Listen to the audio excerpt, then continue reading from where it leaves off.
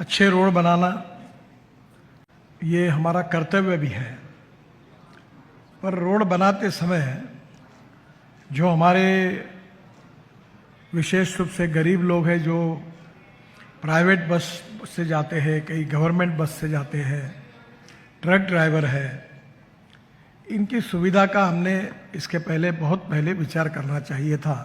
वो उतना नहीं हुआ है। कभी कभी मैं NHAI की चेयरमैन और हमारी सेक्रेटरी जो थी उनको कहता था कि आप महिला हैं और हजार हजार किलोमीटर हमारे रोड पर महिलाओं के लिए वॉशरूम नहीं है, तो आप कल्पना कर सकते कि उन महिलाओं को क्या तकलीफ होती होंगी। किसी महिला को अपने बच्चे को अगर दूध पिलाना है तो कहाँ जाएगी वो रोड पर। तो इन सब बातों का विचार करने के बाद सुखद और सुरक्षित यात्रा ये हमारी जिम्मेदारी है। रोड भी अच्छे बनाना और रोड पे जो ट्रैवल कर रहे हैं उनको सुरक्षित और सुखद कंफर्ट्स ऐसी यात्रा का भी अनुभव उनको देना, ये भी हमारा कर्तव्य है। इसी के साथ ये पॉलिसी तैयार की गई है। सबसे पहली बात यह है कि मेरे ध्यान में एक बात आई कि हमारे रोड पहले 2 लेन थे, 2 लेन के 4 लेन हुए और अनेक जगह पर ऐसा हुआ कि कर्व्स थी पुराने समय में, फिर कर्व्स को छोड़कर हमने स्ट्रेट रोड की है। जो हमारी जगह थी वो वैसी पड़ी हुई है और ये हमारे एजेंडा में ही विषय नहीं था।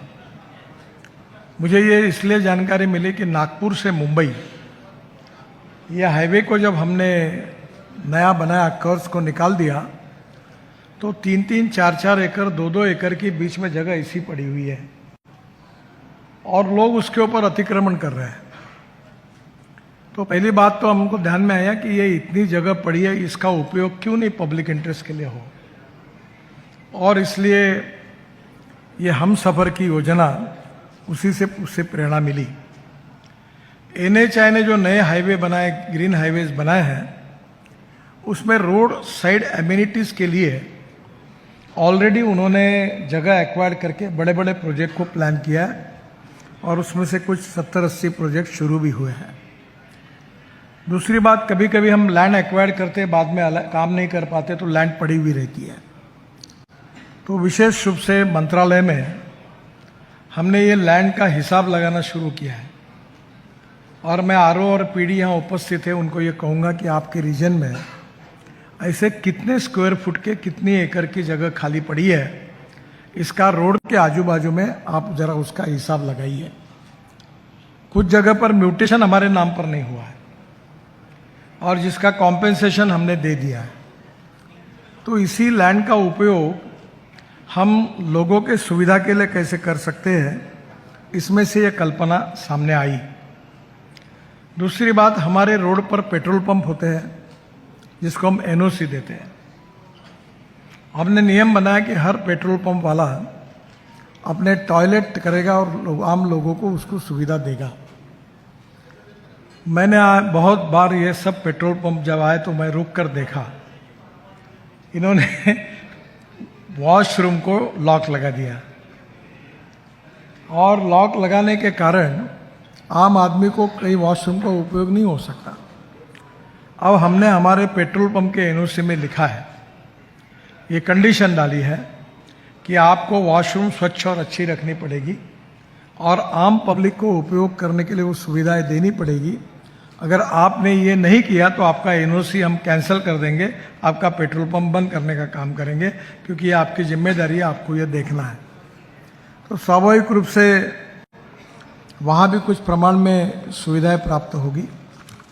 इसमें से आपने कभी देखा होगा कि NHAI के बाजू में जो ट्रक खड़े होते हैं, ढाबे होते हैं, उसमें 1-1 फीट तक कीचड़ होता है और वहाँ मुझे पता है कि इकोनॉमिक वायबिलिटी के लिए इतना नहीं हो सकता, पर मुरूम और पत्थर डालकर थोड़ा सा कंक्रीट ऊपर कर दिया या टाइल्स लगा दी फ्लैश वगैरह की, लो कॉस्ट, तो पार्किंग भी अच्छा होगा और विशेष रूप से वहाँ क्लीननेस भी रहेगा।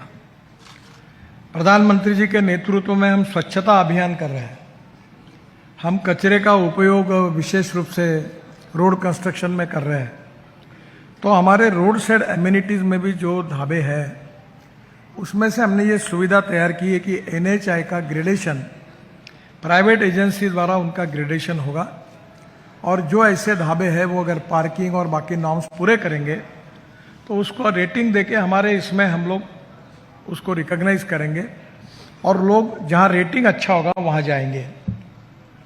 तो इसके कारण एक होगा कि आजकल आपको पता होगा कि रेलवे में बैठने के बाद जो स्टेशन पर वो गाड़ी उतरती है तो रेलवे ने उस शहर के रेस्टोरेंट को अलाउ किया है, वो अपने चीज़ों को लेकर बराबर उस डब्बे के सामने खड़े होकर वो डिलीवर कर देते हैं।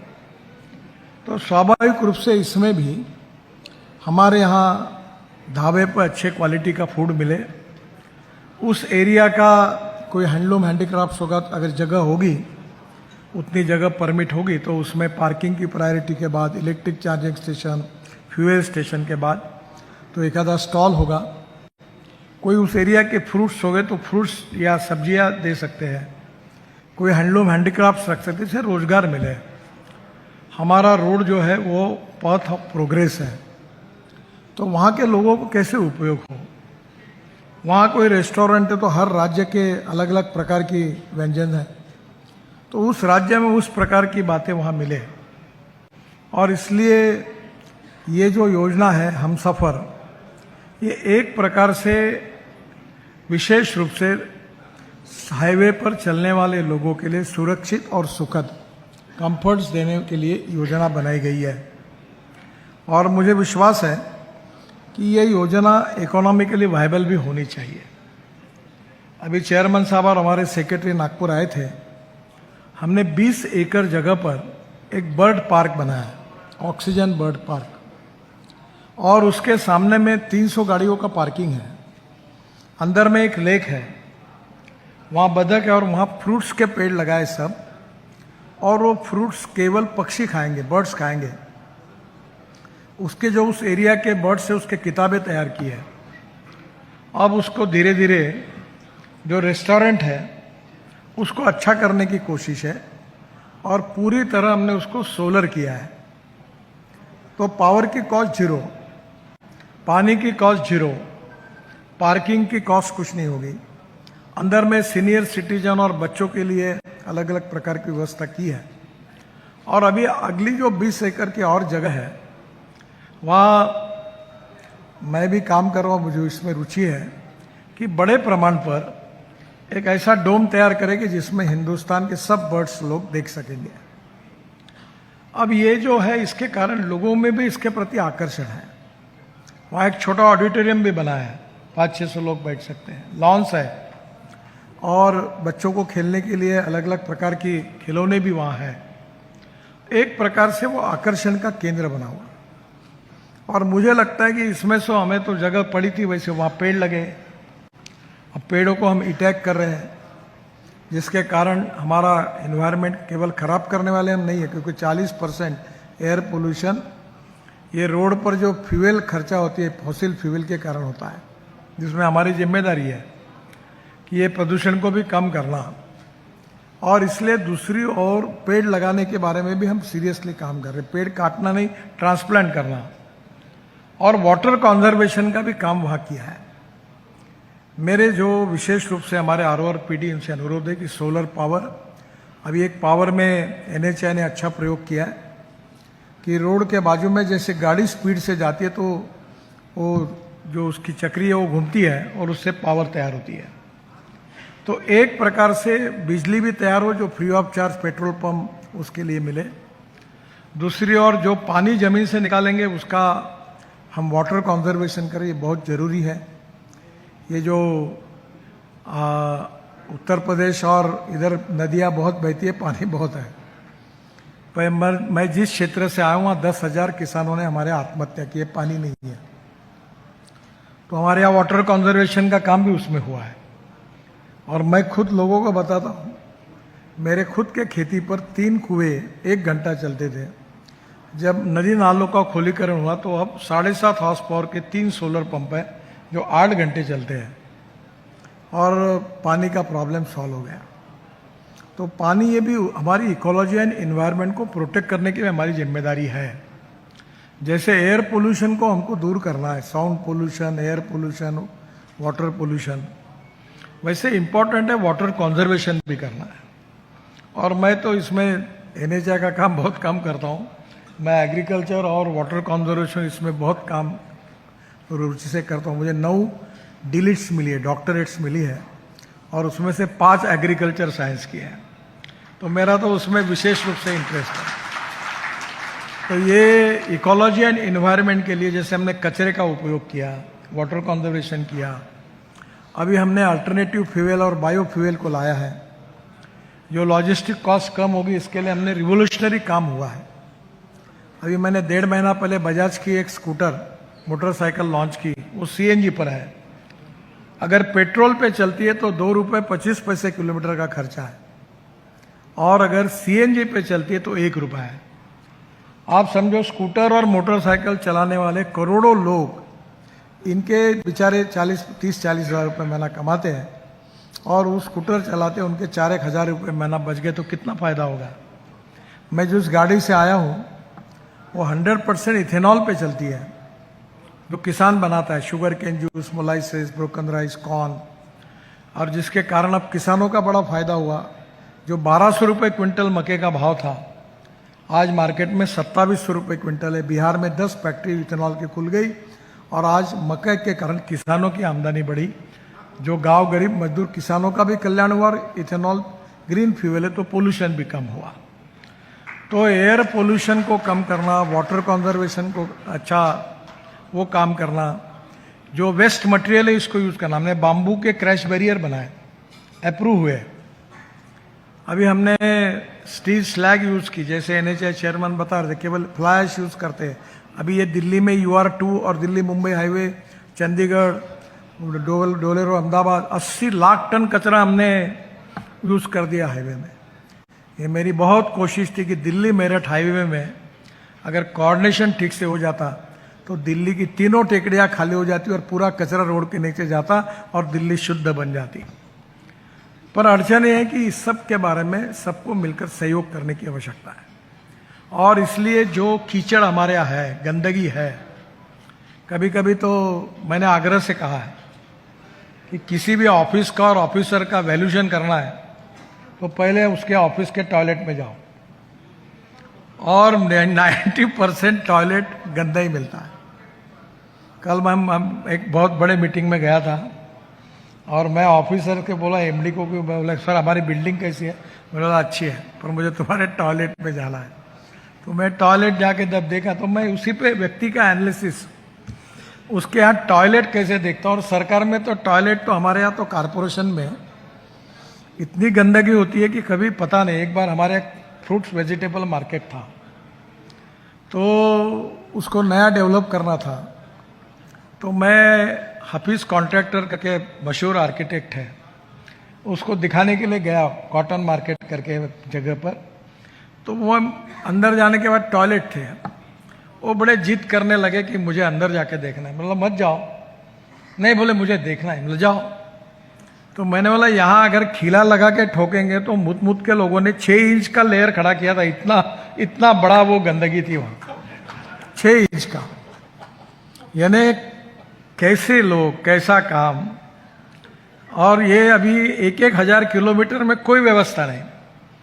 अब मैं इनके ऊपर टीका टिप्पणी नहीं करता, पर पिछले एनएचआई और राष्ट्रीय महामार्ग कब से है, तो ये बहुत सब हमारे अधिकारी, बड़े बड़े अधिकारी, IAS ऑफिसर है, IIT इंजीनियर है, तो कभी भी इनके एजेंडा में ये कभी विषय नहीं आया क्या कि लोग अगर 1000 किलोमीटर का प्रवास करेंगे, ट्रक ड्राइवर, तो यूरिन कहाँ करेगा। यानी लोग रास्ते पे ही जाते थे, ट्रक वाले भी जाते थे। तो हमारे रोड पे हम जब टोल ले रहे हैं तो सुरक्षित और सुखद यात्रा के लिए हमारी जिम्मेदारी है। और इसलिए हमारी जो जगह ऐसी पड़ी है, पहले जगह 1000, तो हम लोग रोड साइड एमिनिटीज बना रहे हैं, जो वे साइड एमिनिटीज है, 80 ऑपरेशनल हो गई है। पर अभी ये जो जगह है हमारे पास हम सफर की, ये मेरे अंदाज से कम 25,000 जगह मिलेगी। और ये ऐसी पड़ी है, इसका कोई मालिक नहीं है। हमारे यहाँ नागपुर में स्टेट हाईवे को एनएचआई में कन्वर्ट किया, तो एनएचआई को मिलने के बाद पहले कॉरपोरेशन का ऑक्ट्रा था, तो मुझे लगा ऑक्ट्रा है तो वो पूरी ऑक्ट्रा चले गए। फिर मैंने बोला एनएचआई को कि ये ऑक्ट्रा की जगह कॉरपोरेशन की थी और ये पूरा आपने एनएच किया है, तो इसके बाजू वाले जो ऑक्ट्रा की जगह उसका क्या हुआ? तो बोले हमें मालूम नहीं क्या हुआ। मैंने बोला मुझे मालूम है क्या हुआ। वहाँ जाके बिल्डिंग बन गई, लोगों ने अपनी जमीन हड़प दी और मेरे पास वो आया मालिक कि मेरे को गिराने का नोटिस एनएचआई से निकाल दो। मैंने बोला एनएचआई से गिराने का नोटिस निकालने तुम्हारा क्या फायदा होगा? बोले एक बार तुम नोटिस निकाल दो, मैं कोर्ट में जमा लूंगा, मैं स्टे ला लूंगा, फिर जन्म भर मैं मालिक बन जाऊंगा। वो मेरे पास नोटिस निकालो करके आया, तब मेरे ध्यान में आया कि हमारी ऐसी प्रॉपर्टी की प्रॉपर्टी पड़ी हुई है, क्यों ना वो पब्लिक इंटरेस्ट को यूज हो। और इसलिए ये जो हम सफर की योजना है ये इकोलॉजी एंड एनवायरनमेंट को प्रोटेक्ट करने वाली है। और इसमें फाइल पर तो मैंने लिखा था, पर आरओ को पूरे अधिकार देने की बात की थी जो हम सफर के हैं। आप डिजाइन इतना करो कि उस रोड की ट्रैफिक डेंसिटी के हिसाब से 3-4 ट्रक या बसेस पार्किंग करें, 10-12 कार करें, और पार्किंग नीचे लो कॉस्ट का पर मजबूत हो, और पानी की लेवल एक तरफ जाए। नहीं तो ऐसी नालियां बनती है हमारे यहाँ ड्रेनेज कि हम तरस रहे हैं कि कोई नाली से पानी बह रहा है क्या, देखे ऐसे कोई ड्रेनेज, पर कोई देखने को नहीं मिलता, क्योंकि वो कहाँ जो कौन लेवल देखता है कौन नहीं देखता है। और किसी को मेरे जैसा ही उचक्का आदमी कि मैं बोलता हूँ पानी बह रहेगा देखो नीचे में, तो नेचुरली वो चौकअप हो गए। तो ये बनाते समय इसका डिजाइन, सोलर एनर्जी की व्यवस्था, पानी की व्यवस्था, वॉशरूम, और वॉशरूम में ये नियम बनाओ टेंडर में कि हर आदमी जाने के बाद एक महिला और एक लेडीज वहां रहेगी और वो जाकर उसको साफ करेगी। और जो माँ अपने छोटे बच्चों को लेके आएगी, शिशु को, उसको दूध पिलाने के लिए एक अलग व्यवस्था। ये हमारी समाज की आवश्यकता है। वहाँ जितने पेड़ लगेंगे उसको ई टैग करो, लैंडस्केपिंग, ग्रीनरी, इसको पैसा नहीं लगता ज़्यादा। और अगर हम पानी बिजली मुफ्त में दे देंगे, और उससे नहीं तो फिर ये दूसरी बात जो है ये मत करिए, ये इनकम सोर्स करके मत निकालो। तुरंत फाइल पे लिख देंगे टेंडर निकालो, जो ज़्यादा रॉयल्टी देगा उसको देंगे। तो ये तो फिर वही होगा कि आज हम लोग एग्जिस्टिंग जो हाईवेज पर जो लोग बैठे हैं उनका भी रेटिंग करना चाहते हैं ताकि वो अच्छे बने, स्वच्छ बने। तो इसलिए हमारी व्यवस्था जो है, हम इसका रेटिंग प्राइवेट एजेंसी से करेंगे, उसके ऊपर लिखेंगे कि इनका रेटिंग ये है, उसको एडवर्टाइजमेंट करेंगे, तो नेचुरली लोग अच्छे रेटिंग की जगह जाएंगे। मुझे याद है कि मैं मुंबई और पुणे के बीच में जब मैंने हाईवे बनाया था, तो एक महीने, ये पहली बार 96-97 में एक जगह ली, और मेरे जो चीफ इंजीनियर थे वो बहुत ईमानदार थे, वो बहुत कंजर्वेटिव थे।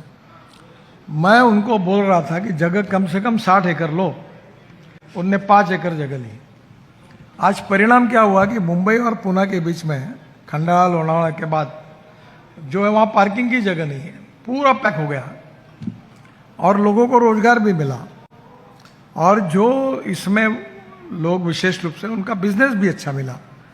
तो मुझे लगता है कि पार्किंग, क्लीननेस, सोलर एनर्जी और पानी की 24 घंटे व्यवस्था, लैंडस्केपिंग, और लोग शांति से बैठकर वहाँ अगर जाएंगे तो सुरक्षित और विशेष रूप से सुखद ये रोड यात्रा हो, इस उद्देश्य से ये हम सफ़र की योजना है।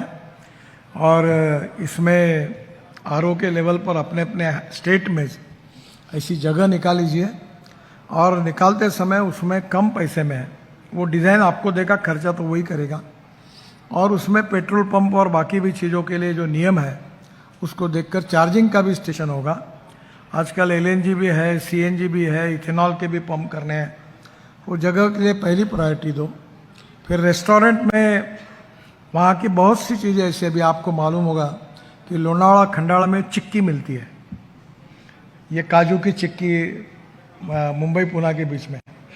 अब इसका बिजनेस करने वाले लोग 500-500 करोड़ के हो गए। वो चिक्की का बिजनेस बहुत बड़ा है। मगन लाल चिक्की करके मेरे पहचान के, वो बोला मेरी कंपनी 5,000 करोड़ की हो गई। तो ये वो स्पेशली वो दुनिया भर में भेजने लगे और वो रोड पर पहले दुकान था उनका। तो ये इससे रोजगार भी निर्माण हो गई, प्रोग्रेस भी होगा, ग्रोथ रेट भी बढ़ेगा। जूसेस का कॉर्नर है कि आजकल अलग अलग प्रकार के जूसेस लोग लेते हैं, तो कहीं ना कहीं आप जरूर पैसा भी कमाइए, पर स्वच्छता रखिए। और इसका जो खर्चा है, मैंने कल हमारे यहाँ नागपुर में जब बर्ड पार्क का किया तो मैंने कहा कि आप इसमें लफड़े में मत पड़ो, क्योंकि हमारा काम नहीं है। शेर कितना भी भूखा होता है तो भी घास नहीं खाता। ये एनएचए का काम नहीं है टॉल्ट्रिंग साफ हुआ कि नहीं हुआ, आप लफड़े में मत पड़ो। प्राइवेट एजेंसी को रेटिंग करने के लिए लगाओ, और उससे पैसे नहीं मिले तो चलेगा, पर वो सेवाएं बराबर दे, सिक्योरिटी रखे, पेड़ मेंटेन करे, बगीचा मेंटेन करे, लॉन मेंटेन करे, सुरक्षितता करे, ताकि वो 2 पैसे कमाए और हमारी प्रॉपर्टी की देखभाल करें। अब जब रेटिंग में वो कम आएगा तो उसके ऊपर कार्रवाई करेंगे। तो हम फैसिलिटेटर है, ये प्रॉफिट मेकिंग बिजनेस करके हम सबर की बात कर रहा हूँ। इवन रोड साइड एम्यूनिटीज के पीछे भी बहुत समय मैंने बताया कि ये प्रॉफिट मेकिंग नहीं, जिसमें कमाना है उसमें कमाओ। पर सरकार ने शिक्षा ऐसी दी है कि हर चीज में फिर क्या मिलेगा, तो डुबा दिया आपने लोगों को। जो मैं इसका जानकार हूं कि 1 लीटर पेट्रोल में 1.5 रुपये मिलता है, और 1 रुपये डीजल में, 1 लीटर डीजल में 1 रुपये 60 पैसे मिलते हैं। तो ये धंधा जिंदगी में प्रॉफिट का नहीं। जो बेईमानी करता मीटर में वो ठीक है, नहीं तो 3 लाख रुपए मिले उसको। फिर ये समोसे, आलू बोंडे, डोसा, ये भी मुश्किल है। अगर शेप अच्छा नहीं मिला तो दिन भर ऐसे ही बैठे रहो। अगर क्लीननेस नहीं, तो धंधा बहुत कॉम्पिटिटिव है। तो मुझे लगता है कि ये कोई गोल्ड माइन नहीं है। ये लोगों को सुरक्षित और सुखद, ये हमारी प्रॉफिट है, ये देना हमारा उद्देश्य है। ये समझकर क्वालिटी सर्विस नहीं देंगे उनको सिस्टम से बाहर कर दो, और जो क्वालिटी सर्विस देंगे उनको रखो, ताकि आप यही समझोगे कि भाई हम ऐसे ही गंदा रखेंगे तो हम आपको कैंसिल कर देंगे। हमें आपसे ये हम सफर में पैसा नहीं चाहिए। हमारे यहाँ इन्वेस्टमेंट कॉस्ट कुछ है नहीं, जगह फुकट में पड़ी हुई है बहुत दिनों से। तो ये अच्छी क्लीन रखना, पार्किंग की व्यवस्था रखना, और लोगों को सुखद और सुरक्षित सफर का अनुभव देना, उनके लिए कंफर्ट्स देना, ये इसका मेन उद्देश्य है। और इसलिए इलेक्ट्रिक चार्जिंग से लेकर, फ्यूल पंप से लेकर, रेस्टोरेंट से लेकर, वहाँ का हैंडलूम हैंडीक्राफ्ट से, जो जो आप उतनी जगह जो होगी, कहीं 2 एकड़ है, कहीं 3 एकड़ है, कहीं 5 एकड़ है, तो आपको तय करना पड़ेगा कि ये इसका डिज़ाइन कैसे होगा, कितना मिनिमम पार्किंग के लिए चाहिए, वॉशरूम के लिए कितना चाहिए। बहुत हाई क्लास करना चाहिए, ऐसा हमारा आग्रह है। आप जैसा करना है वैसे बनाइए, पर इसके ब्रांडिंग में जब हम सफर नाम होगा और आपकी सर्विस और क्वालिटी का रेटिंग होगा, अगर रेटिंग डाउन होगा तो पहले हमारा बोर्ड निकल जाएगा कि एनएचए अप्रूव्ड, ये निकल जाएगा। तो मेरा आपसे अनुरोध है कि क्वालिटी की सेवा, अच्छा काम आप करिए, आप 2 पैसे जरूर कमाइए, और हम सफर के माध्यम से जो प्रवासी है, जो टूरिज्म के लिए जा रहे, तीर्थाटन के लिए जा रहे, उनको सुविधा दीजिए। ये बहुत पोटेंशियल है इसमें।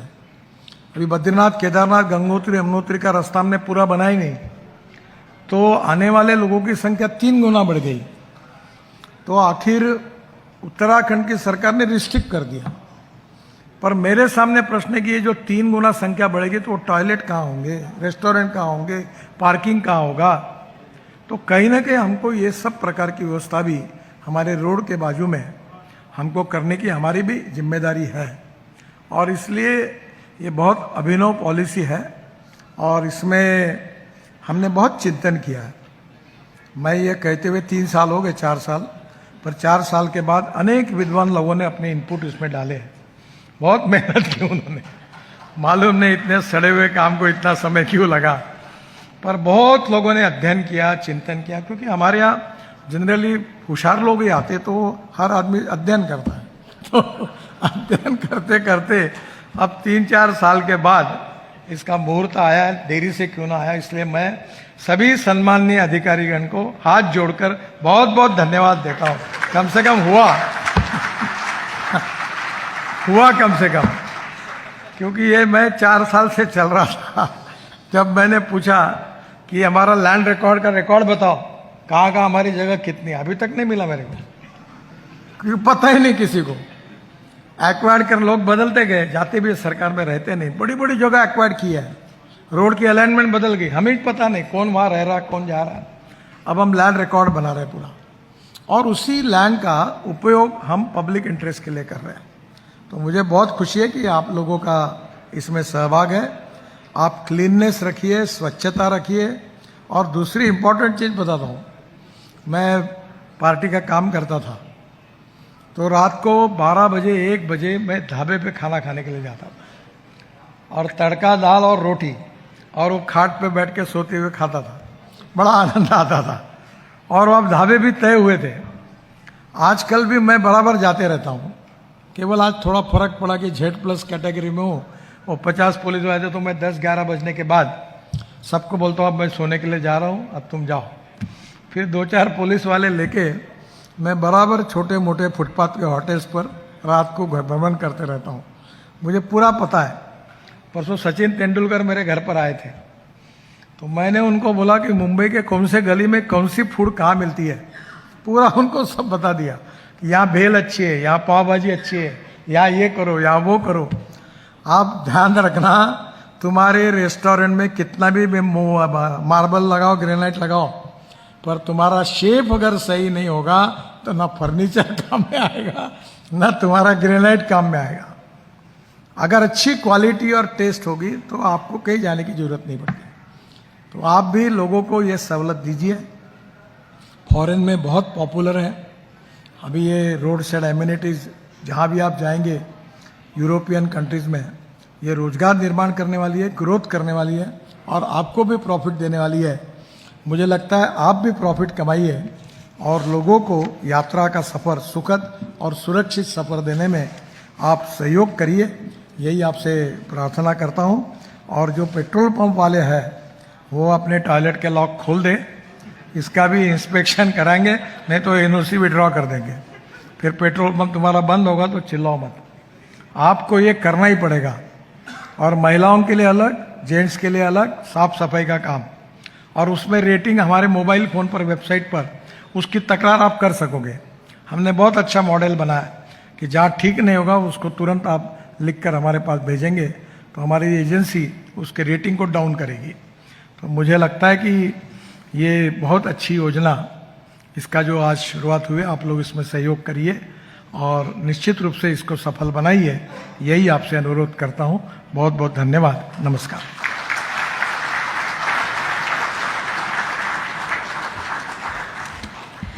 यात्रियों को सुखद और